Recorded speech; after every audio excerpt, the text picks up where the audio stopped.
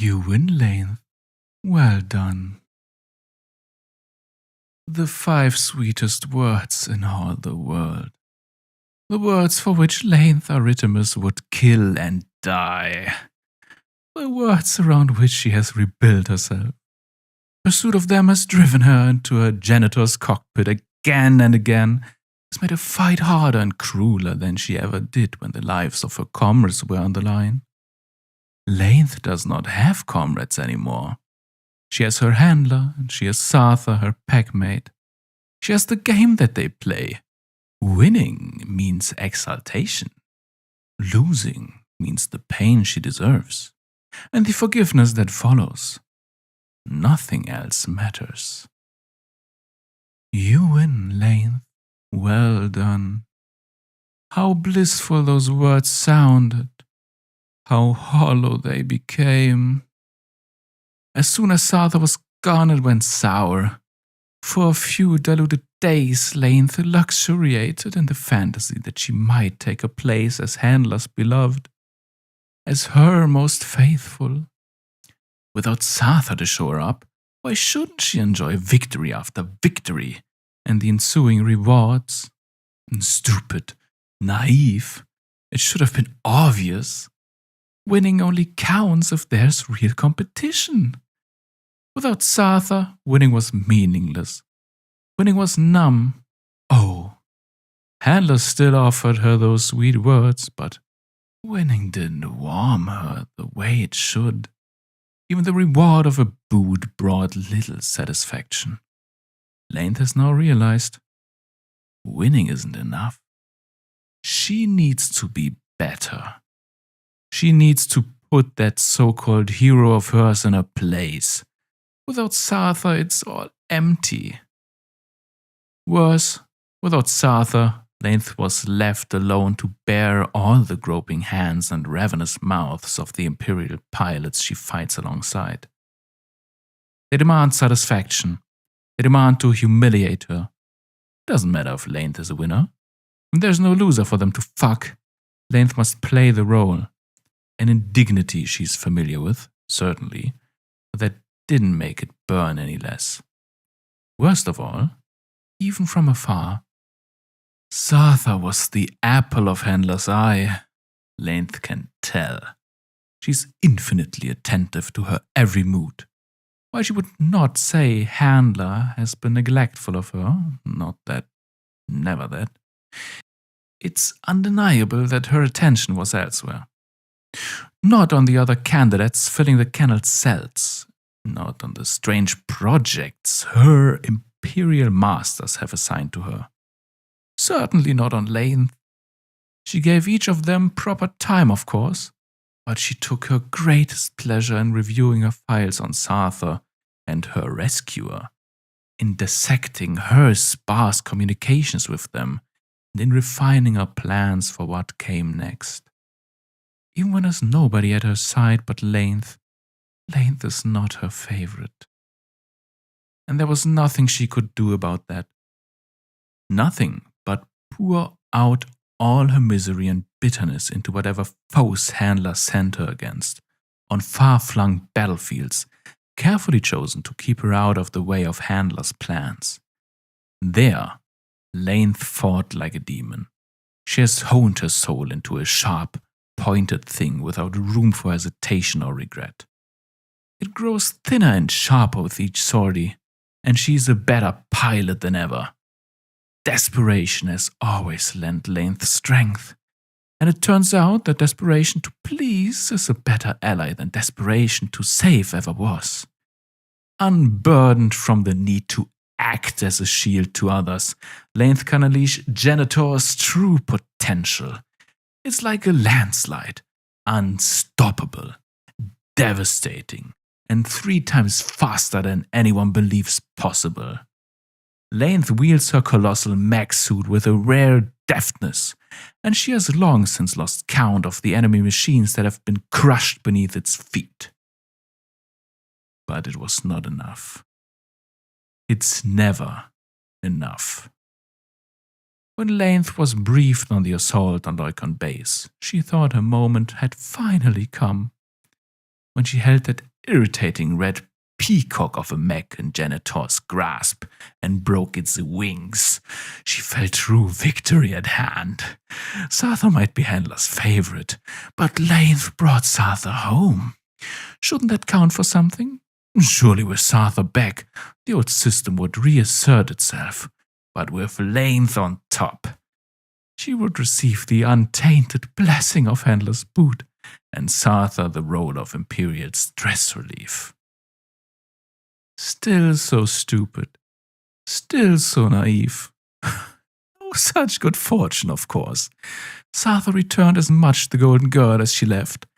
Handler lavished attention upon her during her extensive reconditioning, and much of her remaining time was spent with the other prisoner, the one Lainth quite literally dragged back to base in ignominy. And for Lainth herself? Nothing. No reward. No special favor. With Sartha back, she's even stopped winning. She's second best once again. 2 wolves gnaw on the rotten strings in Lainth's heart. One is violent angry. Not with Handler, never with her, but with Sartha. It's all her fault, isn't it? It's her fault for leaving, and her fault for coming back. Her fault for being so damn perfect all the time. Her fault for leading Lainth astray and taking her place in the spotlight. Somehow, deep down, Lainth knows that everything has always been Sartha's fault. If only she could kick her like the dog she is. The other is violently guilty instead.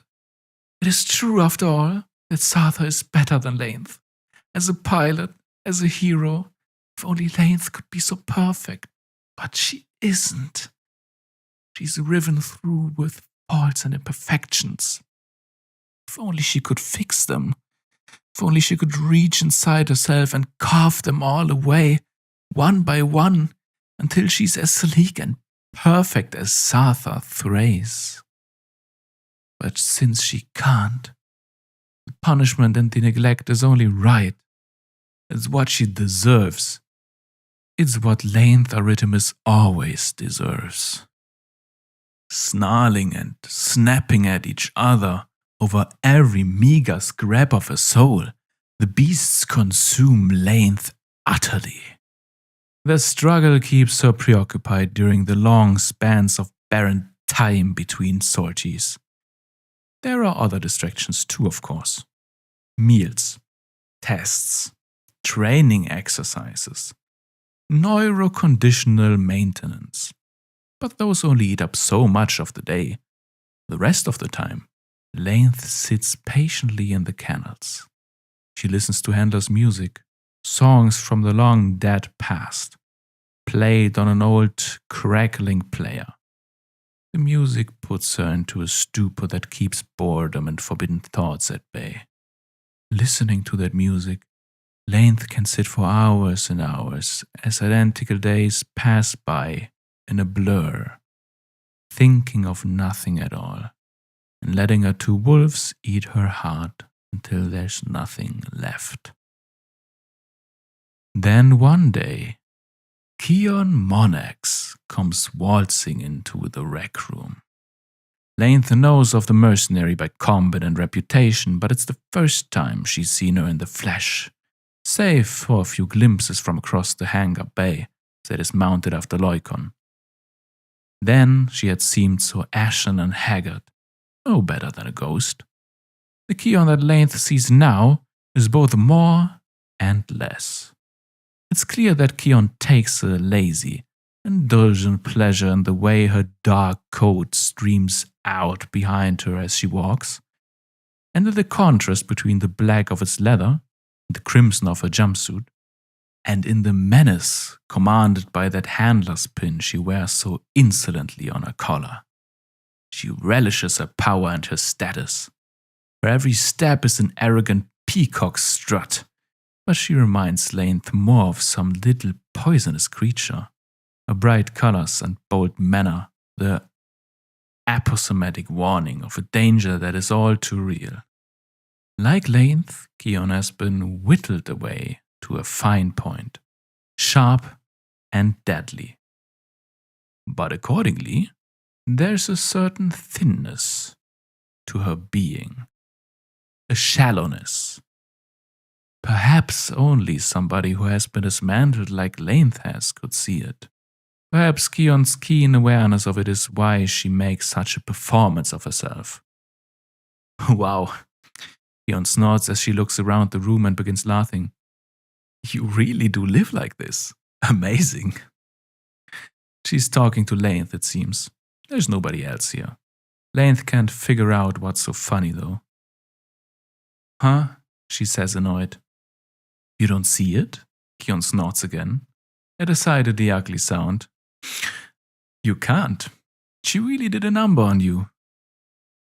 What are you talking about? Length snaps. These crappy sheet metal walls. Keon runs a hand over the nearest one. The shitty lights. All the old Thrace propaganda posters. Hell, it's just like Loicon. She turns to leer at Length, an awful slouching smirk on her face. They built you your own fake little rebel barracks. That's not... It's... Length frowns. Her head starts to throb. It's just a normal room. A normal barracks, isn't it? What are you talking about? Oh, perfect. Keon purrs sadistically. You can't even think about it, can you? A little whimper escapes Lane's throat. Of course she can. Unless she can't. There are some things she isn't supposed to think about. Lane knows that. She always keeps them out of her mind. She's always on her best behavior. Is this one of those things? Lane isn't sure. It's just a normal room, right? Never mind that the other rooms on the base are nothing like it. It's a perfectly normal room. Amazing! Keon Wolf whistles appreciatively. A whole room like this, just to keep you from ever thinking about what side you're really on. Something within Length begins to froth over.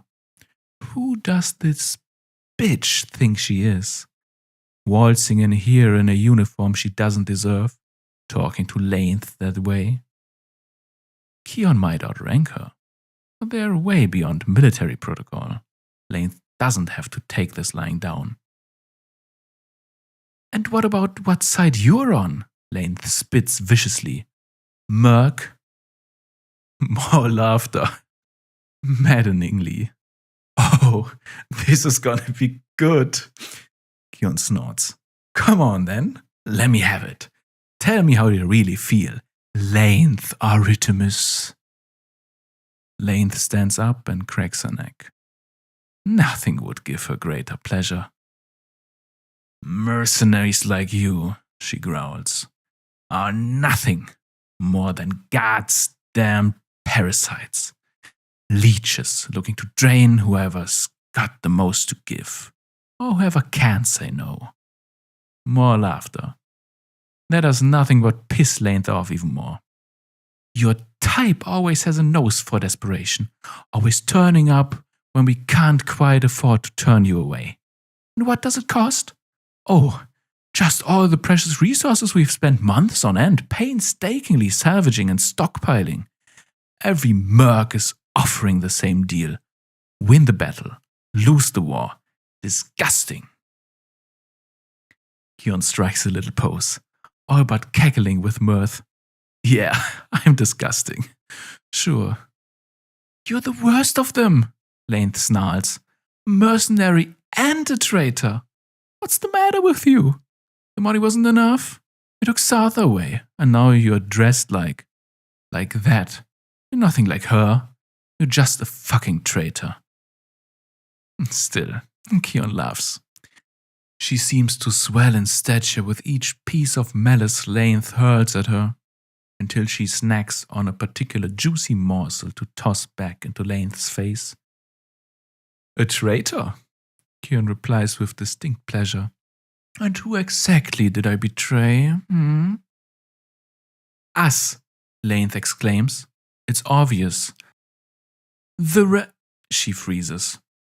A short leash snapping taut, her own tongue threatening to choke her. There it is. One of those things she cannot allow herself to think. What's the matter? Kion twists the knife, her face leering larger and closer. Hound cut your tongue? Shut up, Lainth spits. But she can't summon the venom. She finds herself sweating feverishly. See? It's funny for you to lecture me about sides and allegiances, Kion purrs. You don't know the first thing about what side you're on. You don't know anything about yourself. But I do. Lainth's head feels like it's splitting in two. She'd give anything for Kion to stop talking right now. Acid Artemis' fixation on acid Thrace has remained a key psychological pillar throughout her reconditioning, Kion quotes. Attempts to reconcile her admiration for Thrace with her disappointment at Thrace's current status have been artificially stunted. Acid's natural predisposition for feelings of guilt and responsibility have been successfully grafted to her self-conception as a responsible party in Thrace's psychological breakdown. Her guilt complex now forms a stable equilibrium with a desire for cathartic anger release.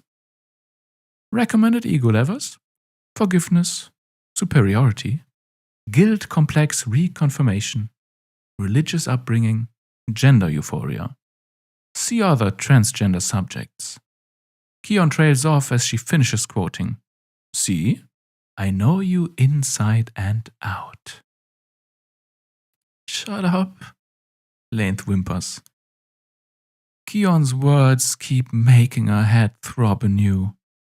Her mind contorts itself desperately to try to erase the forbidden knowledge it has just received, leaving Lainth seeing strange auras in the peripheries of her sight. Come on, puppy, Kion wheedles. I asked you a question. Who'd I betray? Come on, you can put the pieces together. You've got this. Lainth drools. An answer beats itself to the front of her overtaxed brain. Handler. She's the only person any of them are truly forbidden to betray, after all. That would make sense of her hatred for Kion. But it doesn't seem right. There's another answer, or at least the shape of it, but Lainth is not permitted to grasp its substance. And how about this, huh? Kion reaches out and raps obnoxiously on the tip of Lainth's muzzle with her gloved knuckles. What is this? Why are you wearing it? Do you even know that? Words steer in the base of Lainth's brainstem. It's what I deserve. For hurting Sartha.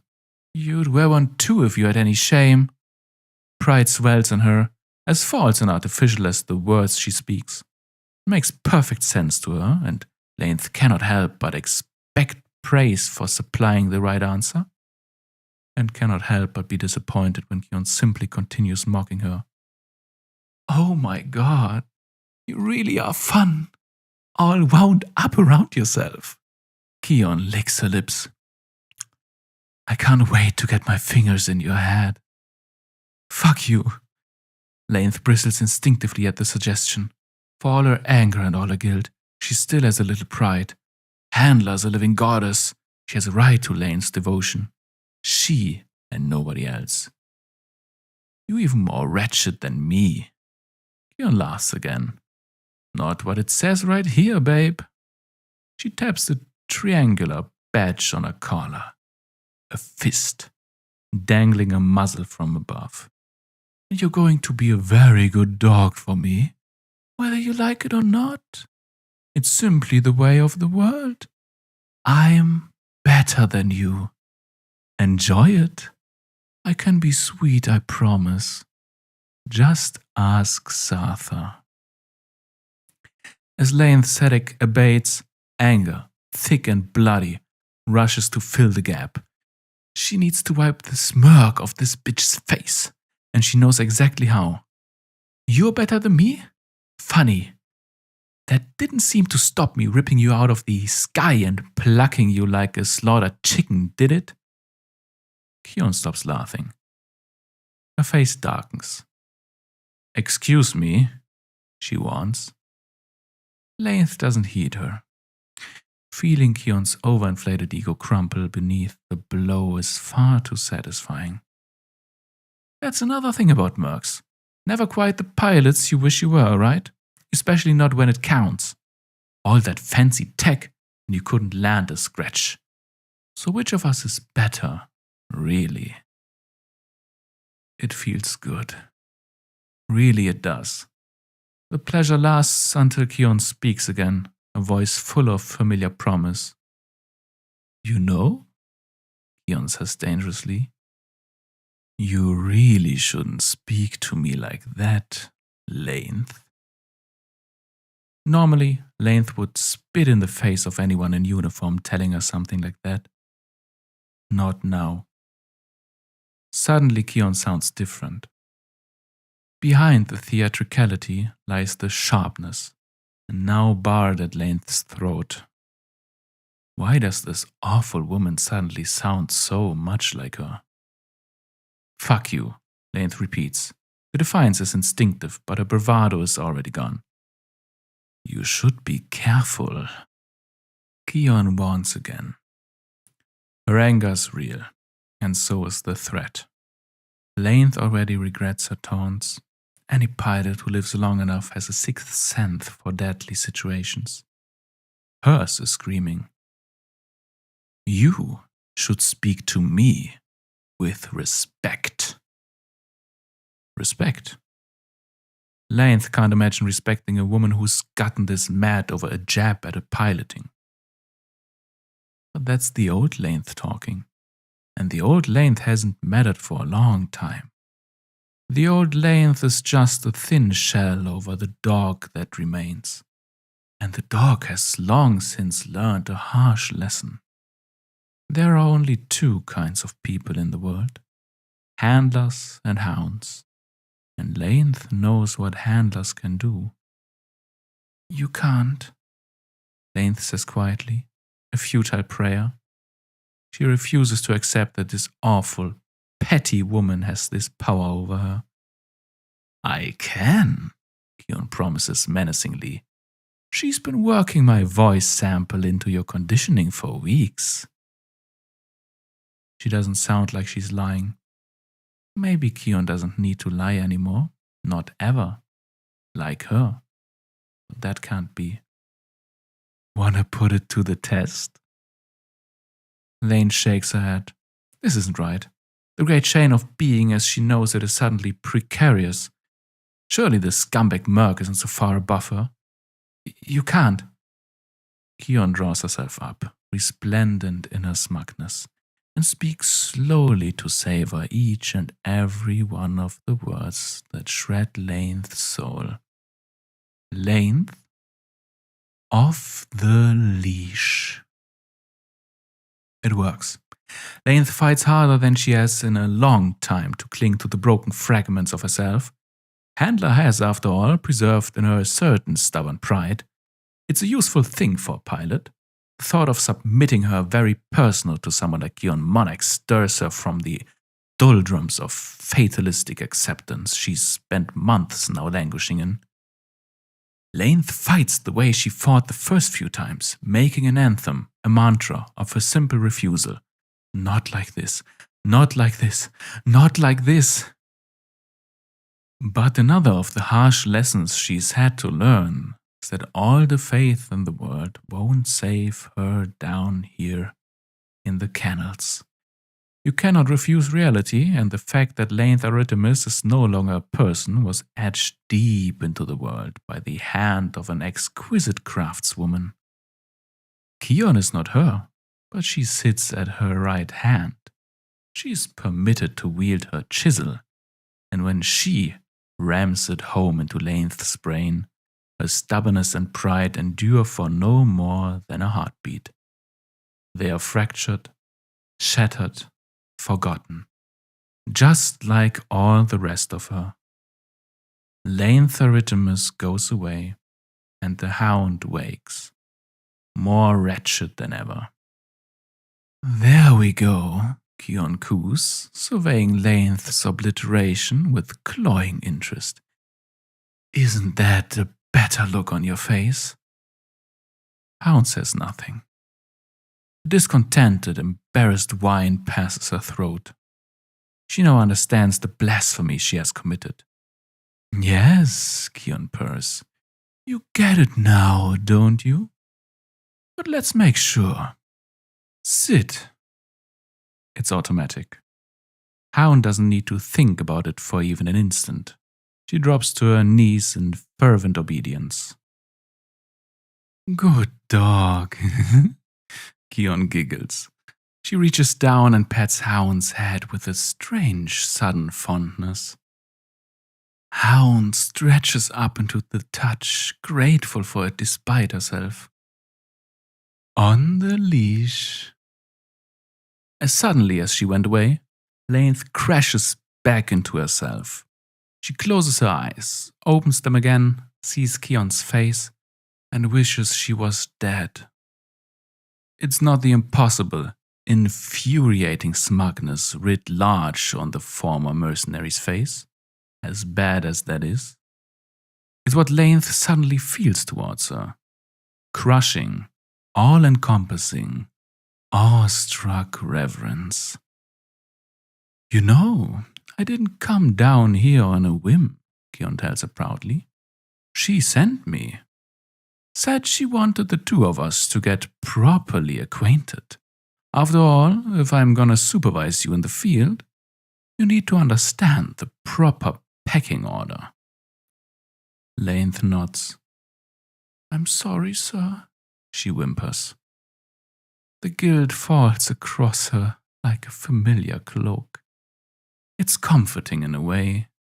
Beneath the anguish, there is something irresistibly, miserably affirming to it. It feels natural. It feels right. I didn't. No, you didn't, Keon agrees with smooth manners. But you've learned. Kick dogs always do. Again, Length nods. She experiences in real time the complete reorganization of her own thoughts and feelings. Keon is a handler, a superior being. That is a fact, as undeniable as the fact that the sun rises and sets. Everything else bows to it. Length's earlier attempts to stand up for herself are recast. In her mind's eye, as senseless, inexcusable insolence. Keon's wheedling and mockery as her perfect right. There is a second power in heaven, as cruel as handler as kind. The cosmic dualism of this new paradigm settles comfortably across Length. Within moments, it seems perfectly natural. There must be punishment as well as reward. Any punishment this new goddess hands down is justice incarnate. She owes Length nothing, and Length owes her everything. Length might not like it, but it is the truth. Yes, sir, Length replies dully. I've learned. Good. You know, I was really hoping the two of us could get along. Keon places her foot forward and uses the tip of her boot to guide Length's knees apart. After all, not many girls like us around here.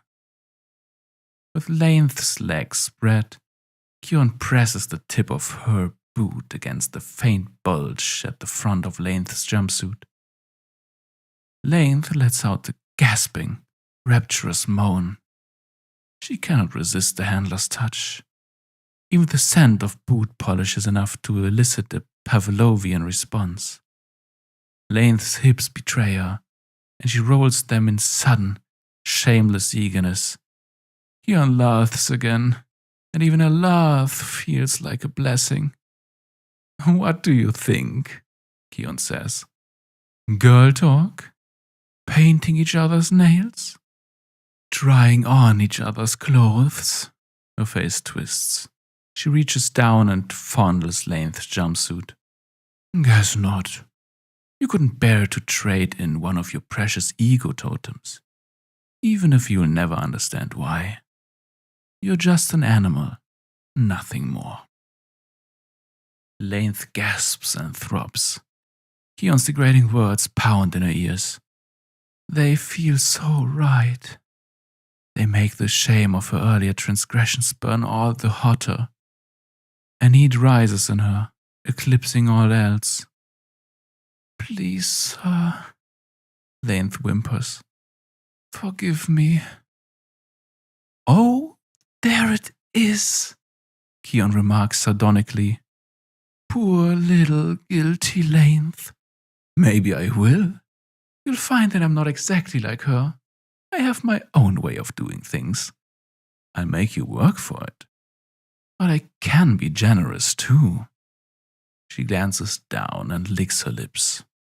Take off your jumpsuit. To the waist at least. Lane practically jumps at the chance to obey. She unzips her jumpsuit and peels it as far away from her body as she can. Beneath, all she's wearing is a tank top and underwear. She's already hard, of course. Keon's boots did that to her. Keon seems to enjoy the sight. And those, Keon indicates Lane's underwear, to one side. Lane does as she is bid, releasing a sound that is at once a moan and a whine. This is not what she needs, but it doesn't matter. Attention from a handler is like sparks to kindling. Good dog, Keon tells her. Against all reason, those two words of praise prompt Lane to giggle euphorically. And good dogs get treats, don't they? Before Lane can answer, Keon lifts one foot a few inches into the air and places it down carefully on Lane's cock. Not hard. Keon keeps her foot at just the right height, so that the sole of her boot applies gentle, insistent pressure on Lane's cock. Lane lets out an immediate, loud gasp and arches her back as pleasure shoots through her. The stimulation the coarse leather provides doesn't feel good exactly. Except it does. It feels transcendent because it's a handler doing it. Better yet, it's a treat. Keon said so. She's a handler. Handlers are always right. Go on, Lane, Keon jeers. Do what comes naturally. Lane obeys and starts fucking Keon's boot. The space between the sole of Keon's boot and the floor forms a perfect little slot for Lane to press her cock in and out of with each movement of her hips. The pleasure is blinding. How could it be anything else? This is a blessing. Divine magnanimity. Lane's animal instincts force her to avail herself, and the sheer bliss she experiences with each ugly, uncoordinated thrust welds her loyalties tighter and tighter to Keon. Within moments, Lane is in heat, but she's fighting to hold back. There's something else she needs. Please, Lane moans. Forgive me. It's more important. Without that, the guilt within Lane will grow and grow, a poisonous seed, knotting around her chest tighter and tighter until it brings her to collapse. Without forgiveness, Lane will stew in her shame endlessly. Handler condemns her to that only as the most severe of punishments, and Lane has not deserved one of those in quite some time. Forgive you? Keon muses. I'm not so sure. Is that really what you want, puppy? Lane nods frantically, but a moment's betrayer. Her brain is being scrambled over and over again by her own urgent, whimpering thrusts. She can't stop to think, and she can't think to stop. Her brute, animal urges drive her onward, forcing her to pitch forward, propping her torso up with her arms and grinding her hips low against the ground for a more favorable angle. She doesn't care how dumb she looks or how loud Keon laughs. Lane's Artemis is a bitch in heat. She needs whatever feels good, but she needs forgiveness too. It's just difficult to keep it straight in her head. Lane's superego was torn to shreds a long time ago. Restraint is foreign to her, and with Keon egging her on, she's a slave to her own cock and Keon's boot heel. Please, Lane gasps on the cusp. Forgive me. That's what she's trying to say, as she lapses into humiliating, animalistic grunts. To come like this, with her sin still as heavy as lead in her belly, would reduce Lane to a wreck. Such an act of indulgence would be truly unforgivable, but her body doesn't care, even as she whines and yips in protest. Her hips work overtime to grind her cock beneath Keon's boot. A great tension within her is hitting its limit. Well, let's see, Keon says languidly, as Lane begins to see white. She looms over herself, imperious and invincible, and imbues her next words with pointed significance. Maybe. But I wonder, which of us is actually the better pilot, Lane? The absolute pettiness of her question completely fails to register with Lane. She can no longer perceive Keon's flaws. All she sees is a lifeline, and she takes to it with the eagerness of a woman drowning. You are, Lane howls, desperately clamping down her pleasure for a few more precious moments in the hope of salvation. You. That's right, Keon cackles. A child goddess drunk on her own power. As her mood waxes, it brings with it mercy. Good dog. I forgive you. That's all Lane needed to hear. A wordless howl signals the limit of her endurance. She gives one more heaving thrust and spills her seed all over the ground. Keon sniffs at her and carefully lifts her boot away from the mess. Then she giggles and reaches down to pet Lane again. See? I told you I can be nice. Lane nods, her gratitude infinite. She's rewarded, she's forgiven. It's all she ever needs. Deep at the back of her brain, resentment and bitterness beat like a drum. It's enough to make her tear up in frustration, but she will not listen to those feelings. With the ease of long practice, she shoves them back down into the abyss. She blinks away the tears. Thank you, sir. Lane breathes quietly, a dull, blissful smile spreading slowly across her face. Thank you. The gratitude is the truth of her. The gratitude is binding. From now on, she is Handler, Keon's obedient dog. Welcome, puppy. Keon messes her hair. I knew the two of us would get along. I can't wait to introduce you to Amintha. She's doing so well. In fact, I must check on her. It wouldn't do for her to be without me for so long. She gets so protective, you see. Lane shudders, although she does not know why. Keon turns to leave, but pauses at the last moment. She turns back to Lane, and the smile that breaks across her face as she indicates the puddle of thin, white liquid spreading across the ground is brighter and crueler than ever before. You win, Lane.